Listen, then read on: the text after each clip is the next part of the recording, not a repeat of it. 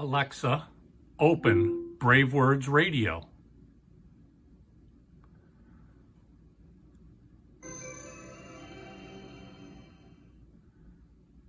Welcome back to BraveWords Radio. Brought to you by Vox Protocol, the global leader in voice app entertainment. BraveWords Radio is an awesome musical extension of BraveWords.com, where we have been waving the flag of hard rock and heavy metal around the world for over 30 years. Since you have been here before, we hope you enjoy BraveWords Radio.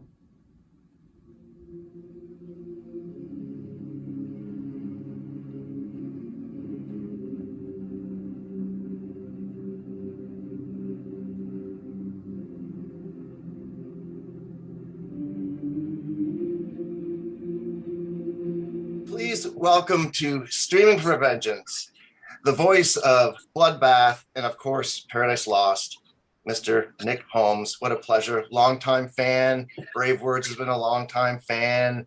And wow, you guys have delivered the goods on this latest Bloodbath record. But before we get into that, we went from nothing to everything in terms of bands now. Back on the road and recording and you name it. How have you weathered the storm? I guess, well, we did a live webcam with Paradise Lost about a year ago now, and since then during that time we were recording writing the new Bloodbath album. I guess as in terms of what's it like being locked down, we do in between touring with all our bands, we do have a lot of downtime at home anyway. So I think for us personally, it's perhaps not as stressful as it can be for some people. Definitely not. But yeah, it seems like someone just put a finger on the pause button and now it's been taken off again. That's what it feels like to me, you know. So yeah, exactly. Now yesterday I clued in. I'm like, the title of the record, is that some kind of tongue-in-cheek COVID meaning? Survival of the Sickest? I don't think so. It's just I just think it was more about just choosing a kind of classic death metal title, really. I mean, when you sit backstage and you're kind of going through titles, someone just says something and you all go, "Oh yeah, that's great," you know, without really thinking about it too much, you know. So I think it's more about that than. But I guess you could tie sort of, you know, I mean, every single death metal album that's been written, there's always hitting certain tropes that you could tag along to something else that's happened in history or something. So there's always something somewhere that you can tag to it. But yeah, I think it's more about just we just thought, hey, that's a good title. Well, I tell you, I didn't think you could surpass this one because I still play it to death. But the new one, dude, it is like a menacing beast from start to finish. And I will tell you, it's a blessing and a curse because, no word of a lie, I haven't told this to anyone. This will probably be my album of the year. So far, it is right now. A blessing. The curse is the last song is going to have to be your encore for the rest of your life. No, go before me. Dude, yeah, I mean, I got to the end of the record and I'm like, what the fuck? Like that, yeah. Like your voice. Whoa. Yeah, well, we put a few voices on. I mean, Jonas is singing as well on that one, yeah. So it's. But we didn't plan it to be a last song necessarily. But when we started to record the vocals, we said, "Oh, let's make this ending part longer, and then we'll drag it out." And then it just kind of it became the last song. It was obviously, I mean, the same on Grand Mobby Funeral with the slower sort of vibe at the end. Again, that sort of song. So yeah, it was never planned, but it's nice when songs find their own place on the album. I kind of like when that happens because sometimes you can never tell which orders things should go, you know. But that song definitely was like, okay, this works here, you know. It's vicious in terms of instrumentation, but it's also vicious because of your voice. It is just like, and I'm looking at the man that's that comes out of this guy. Yeah. Oh well. Yeah. But I mean, it's yeah. No. I mean, the vocals session was really good fun. Actually, I was in Stockholm for about a week, and everyone was there. Everyone's kind of sits in the same studio when I'm singing, and then we just go through parts and see if we want to change things. And no, it was a very relaxing session. Actually, I really enjoyed it. It was. But you know, but even with the writing, you know, we've had such a sort of stretched out period of time to do it, and the recording. I think the drums were recorded maybe nearly a year before I even did the vocal recording. So Wow. When someone says, have you got a studio report? It's like kind of not really, because it was all done in many different, different over a period of a year, different times. So it's not like the kind of traditional sense in the 80s where everyone was in a posh studio for 8 weeks. That kind of thing rarely happens these days, Or far from the 10 days that Black Sabbath took to record the first record. Yeah, I mean, well, this is the thing when you I mean, you can do some things a lot faster than what you probably think you can. It just depends if you put in that situation, I guess. Listening to the record, I'm like, wow, you're doing a really great Barney impersonation. And then I kind of look back, I'm like, so, and you've also got a Canadian connection there too. And Odium is one of my favorite albums of all time, and Mark's voice is just, so you've got 3 great guest stars on this record. How did that happen? Yeah, well, I mean, when we finished the album, we just sort of think, okay, well, which old classic vocalist from the old days can we ask to do it, and if they want to do it. And I mean, particularly with Barney, I mean, I've known Barney for decades, but the song, the section in the song he sings, "Putrefying Corpse," is just so suited to his voice. It's very reminiscent of a Napalm song, I think, that section especially anyway. So I just thought, if he's up for it, it would be great for him to do it, and he accepted, thankfully. And the same with Mark from Morgoth, the song "To Die." His voice is very kind of a high pitched, kind of a high range death growl, and again his voice sounded really nice on the choruses of that. So, but I mean, it's just for us, it's more about we finish recording and then we think, okay, this might be more interesting if we have a different voice here. And I mean, we did it on the first thing on the Grand Morbid album with Chris Reifert right at the end of the album as well. So, right. So yeah, it's just adds a different, layer to it, I guess. Do you see any parallels with what Mark and Silent Oz is doing with Insidious Disease? Did you hear that record? I hadn't heard it. You should listen to it. I will now. Now you said it, I will. Yeah. Well, yeah. You'll go, whoa, man! We got maybe a little bit of competition right here. Right. Okay. No, I'll check it out. I don't think they're as serious as Bloodbath, if you know what I mean, with all the shit that's going on in their lives. Right. I love this quote, the Florida death metal exported from Sweden. Who dreamed that quote up? I don't know. I'm not sure, actually. But I guess, there is the sort of Florida sort of vibe to it. I mean, a lot of those bands were very influential, on us and the whole kind of first wave of death metal, really, but I mean, this obviously then when Entombed, Nihilist came along, that created a new sort of sound as well. So the Swedish thing and the Florida thing kind of goes quite nicely together. I think there's just a different tone of guitars, really. I think a lot of it, really. Well, there was pockets everywhere. We got Celtic Frost, you know what I mean? There was stuff in Canada, you name it. But what particularly from when you were growing up as a kid did you draw from the Florida death metal scene? And do you still listen to this stuff today? Yeah, in fact, before we play live, we generally just listen to old school death metal. I mean, Jonas will bring along his MP3 player and his Bluetooth speaker, and we just blast it out for about 2 hours prior to the gigs. Yeah, I mean, for me, it was always I always got the kind of strange live tapes from Tampa with Morbid Angel and Massacre and Death, and I didn't know what the guys looked like either. So everything was kind of shrouded in mystery, so you didn't know what people looked like, and all you had was this cassette that kind of blew you away, and similar demos as well, but the live tapes in particular, I just got so much in at them around the sort of 86, 87. That's when I really started collecting them. And so the old Massacre live shows were just amazing, but again, you couldn't see them, so it made it more interesting, so now it's kind of, you see them straight away, you just click your finger, but it was a lot more exciting in that respect. Did you ever end up seeing Death live or any of these bands live? Death toured the UK, but Chuck didn't show up on that tour. Right. Yeah, and it was just kind of disappointing, But unfortunately, I didn't get to see it with the original, with Chuck there. But yeah, no, unfortunately, that never happened. But yeah, I mean, they were, the first couple of albums are just so great. Such good memories of those albums. Yeah. I spoke with Martin Van Drunen from Asphyx a couple of years ago at Summer Breeze, where we're going to see you in about 10 days. Okay. And he said, blame it on John Tardy. What in terms of the vocals? It's John Tardy's fault. Yeah, well, no, I mean, absolutely. Yeah, I mean, absolutely. I mean, I think the first thing I heard was when it was Executioner before they became I think it was Executioner. Yeah, Executioner. no, fantastic. Yeah, great death metal voice. Yeah, I mean, yeah, brilliant. I mean, yeah, absolutely. He's certainly one of the first, and also was kind of. I mean, you know, I love it when there's different styles of death metal voice. You know, there's obviously the kind of the typical kind of one where the chin's in the neck and you can't really hear what anyone's saying. But I mean, I love it when you can actually hear the words and it's still death metal. You know, I've always liked that voice. You know, like Scott Carlson, Repulsion is a good example of that. You know, he hasn't got the most guttural voice, but he's got a great style, and I love the fact you can hear what he's saying. You know, so I've always kind of liked that. Obituary are also famous for actually not printing their lyrics. Yeah, On purpose. yeah. I mean, did he have lyrics? I'm not even sure. It didn't matter either way, really. No, it didn't matter. Yeah. I find that like Bloodbath, this might be a really strange thing to say, but you're almost creating like your own genre. Does that make any sense? I guess, as in the case of that, we're kind of paying homage to music that was so long ago that it's almost like no one's really playing it anymore.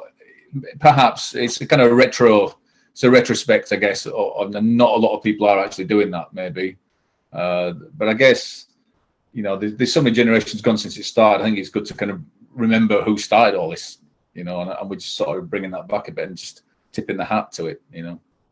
And it's also, Bloodbath is a gateway to kids that, as you just said, you know what I mean? It's a new release if you've never heard it, right?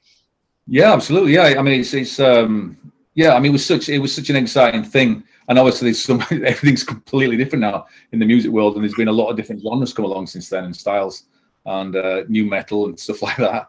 But yeah, it's kind of, it's nice you can kind of do older style music with a modern production, and then it sounds like it's modern again for some reason. You know, but everything goes on in circles anyway. I think, you know, if you stay around long enough, you're going to see something go around again. You know. Right.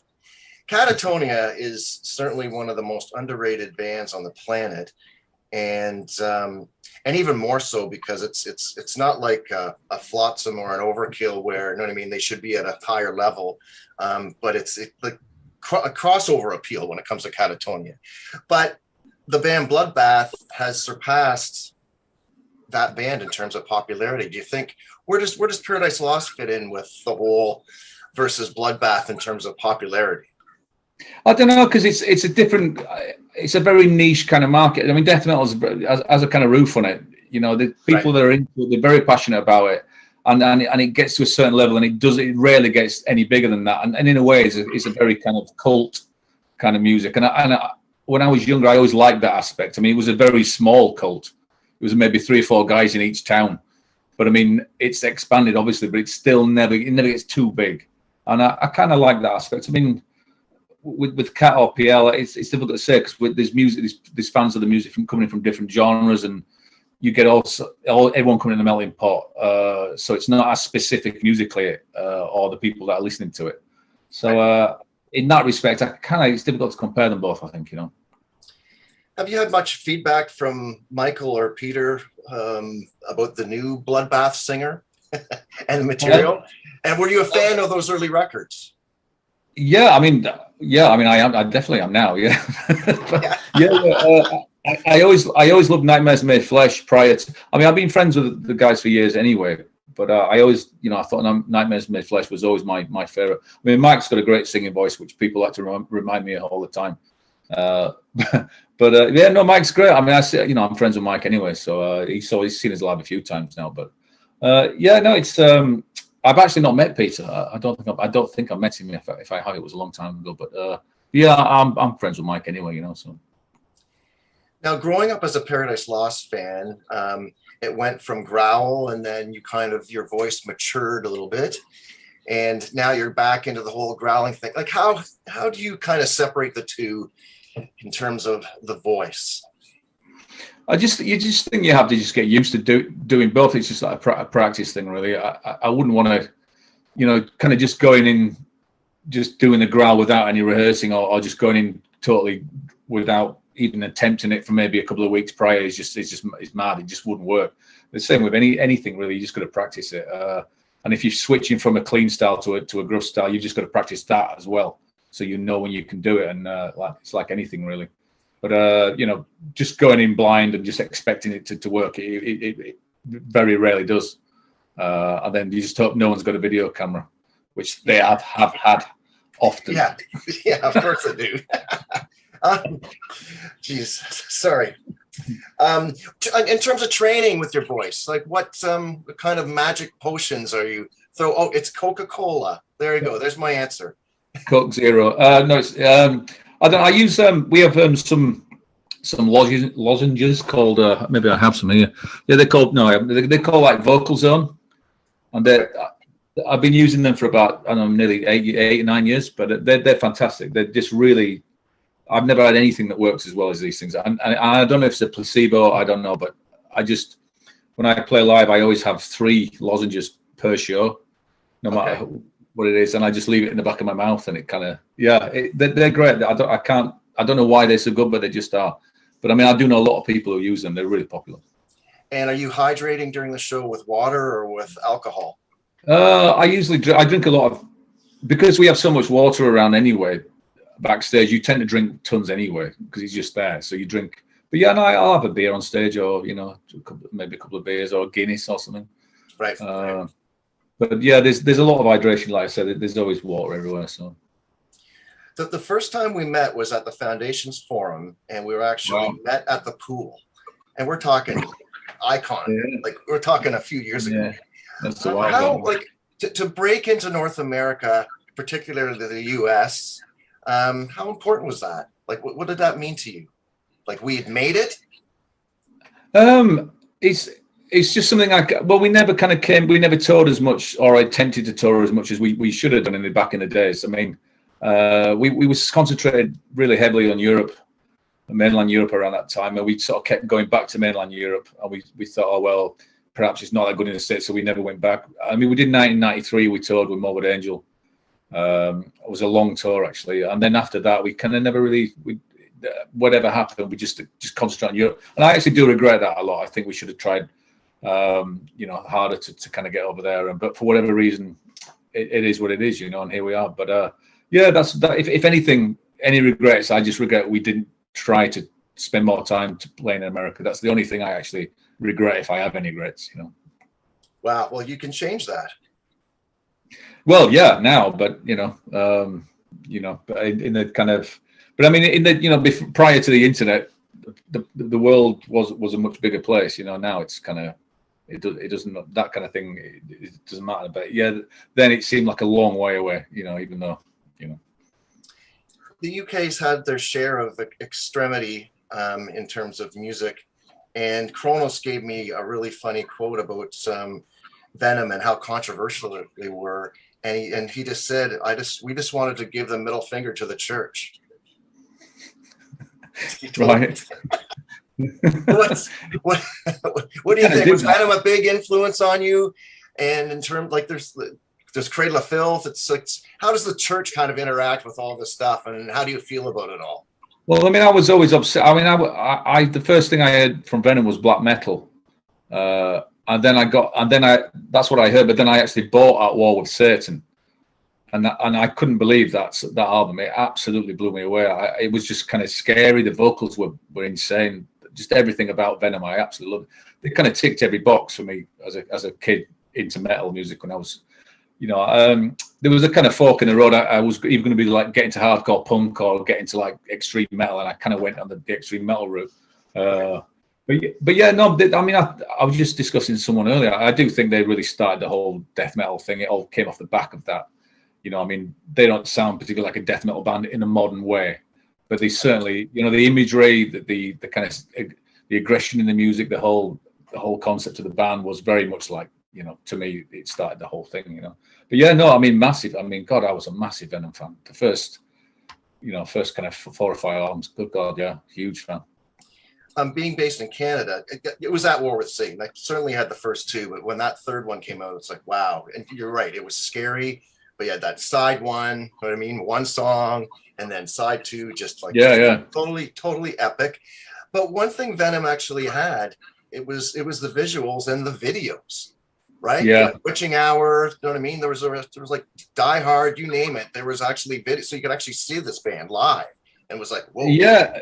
Yeah, that's true. I mean, we used to have. I can't remember there was various music platforms on TV, but they were very far and few between. And you might get, like you say, you might see a Kronos being interviewed on one of them, and you were like, wow, how on earth did? I mean, a lot of the time, again, a lot of these things are shrouded in mystery. You don't really see people, but like you said, I mean, but they had the, I think it was the Hammersmith live video as well. That was never off my out of my VHS machine back in the day. Yeah, that was brilliant. What's in the UK water then when it comes to music? Like what's? As in, what do you mean? I find it like the UK was influenced by the blues, right? The American South, the blues, and then the UK influenced everybody. And we're talking like in the 60s. Like what did the Stones and the Beatles mean to you? You know what I mean? Or Cream, like and Zeppelin and Deep Purple. It all came from the UK. And then, right? Yeah, I don't know. It's a weird one, isn't it? I mean, that sort of stuff. It's probably the generation before me, even particularly like the Beatles and the Stones. It's something that I never really particularly interested in. I mean, obviously they've got some great songs, but it's not something I listened to growing up. I don't know. Actually, like you said, there was a period in time where there was just so many bands that just were so influential all over the world, and still are a huge band. Like the Who as well. That's another one. I actually don't know. I really don't know. I mean, and then we had the new wave of British heavy metal as well. That was something that was quite a big thing at the time. I don't know. I couldn't say. I don't know. I spoke to Paul Diano a couple of weeks ago, and he said there's no such thing as a new wave of British heavy metal. Like all these bands had a foothold, so he was just taking the piss out of the whole thing. Well, I mean, I always remember it written down. The initials, new wave of British heavy metal. I always remember it written down, and it's something that I went sort of from Maiden straight to thrash, so I kind of skipped a lot of these bands, perhaps. But yeah, I mean, I'm when I was at school, a lot of guys in the sixth form that were well into this stuff. So I think it did exist, really, whatever it was, What would be the Bloodbath Desert Island discs for you guys? You say you listen to this stuff all the time before you. Actually, I was with you backstage, and it was really funny. The playlist that was, or Name That Tune that you guys were playing too. Yeah, no, I mean, for me, I always go back to the original stuff. It's kind of boring because I just, I do listen to new bands, and I'm very intrigued to see what's coming out. I like to know what people are listening to and etc. But if I kind of really want to get in listening to music, I do listen to the old stuff. But I mean, I'd say Possessed Seven Churches. If we're talking death metal here, Possessed Seven Churches is still one of the classic albums.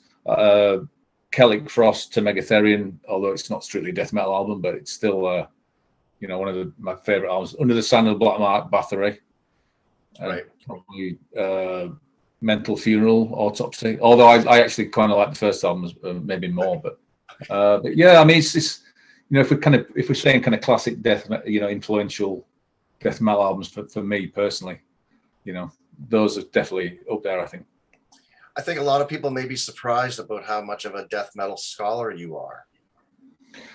Well, only to a point. There's a few years when I kind of know my stuff, and then outside that, forget it. But I'm, between the sort of late 80s, I'm pretty good around that time. But most of the bands I listened to, they were on demo tape most of the time. So I kind of, is that all kind of cliche when you say you prefer the demo than the album? I'm kind of one of those guys in a way. Obviously with the new record as well, artwork is key. Like growing up, what kind of striking artwork from the scene do you remember that really were the greatest album covers? I think it's the Megatherion, actually. That's I love that record to death. I really do too. Yeah, I mean, again, there was so much mystery around the band because we always saw with the pictures, which they looked amazing. They're like, it was incredible, and then the artwork, the layout. I mean, when I got that album, I was obsessed with it. God, I think the artwork's fantastic. It's my favorite artwork, I think, of any album, really. Still is, it's such a powerful visual thing, Is there anybody from the scene that you would like to meet? I don't know. I don't like to meet my idols because I'm kind You of. don't like to? You don't like to? No, I don't like it. It makes me kind of nervous, and I don't like to feel nervous. I don't like that. I feel I'd probably say something stupid, or I try and be cool and give them a backhanded compliment that sounded like I was insulting them or something. I just, yeah, I'd rather not bother, really. I'd just rather just keep them from a distance. I mean, I have met a lot of, you know, people in bands that I really respect and admire, and it's, I always feel a little uneasy with it, you know. So I'm not the sort of guy who's going to be kind of hanging around the stage door for an autograph. It's not my sort of thing. I'm very excited. This is the first time in 3 years that I'm going to be able to get on a plane to go overseas. And Summer Breeze, it's been pretty devastating, these festivals around the planet, but Germany in particular, to lose 2 festival seasons is words can't express how, and even Germany still is hurting apparently right now. So what do you think about all that? Yeah, I mean, it's been the same everywhere, really. I just think different countries, it's sort of like they're changing the rules at different times, and to do with, you know, the infection rates, and you know, we've only just stopped wearing masks. There's some flights you still wear them, but generally speaking, you don't see masks that much nowadays. And but yeah, it's been you know, we obviously in the UK we were hit heavily with this as well, very heavily with it. But it's yeah, it's been, I've seen different people deal with it differently, and it's been a pretty harrowing time, and particularly the first kind of 6 months to a year was really hard, because no one knew what the hell was going on with it, and yeah, it was terrible. And even, you know, my children are in their 20s, you know, they had to work from home. That's something they never thought, they didn't even understand any of that stuff. So that's affected them badly.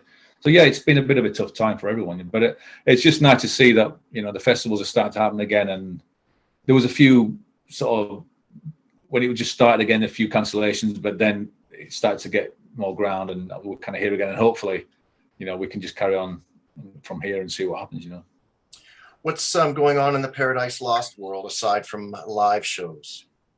Well, we've got Summer Breeze next week, and then we've got we're playing over in, we're doing Las Vegas, and then an LA show, and I think got San Diego show. We just got 3 shows, and then we've got a big tour in October, European tour, and then we'll sort of see what happens next year. I guess we'll look at writing another album, you know. So yeah, it's pretty busy, you know, for the rest of the year, you know. It must be very invigorating to have 2 full-time bands going at the same time. Most can't even have one. Yeah, it's great. It's great. Yeah, no, I mean, it's nice to keep busy, and I love, you know, I love both bands, and I love the live aspect and the traveling and all. You know, even when it's bad, it's still okay. You know. So, yeah, right. Yeah, it's, you know. Just the last funny question for you. The last time I saw you at Summer Breeze, we were talking about the Trailer Park Boys, I believe. Yeah. We just restarted that actually on Netflix about 2 weeks ago. So it's yeah, I love it. Yeah, I never get bored of it. They just kind of recycle the same gags, but I'm happy with that. Yeah, I'm fine with that. Dude, thank you so much.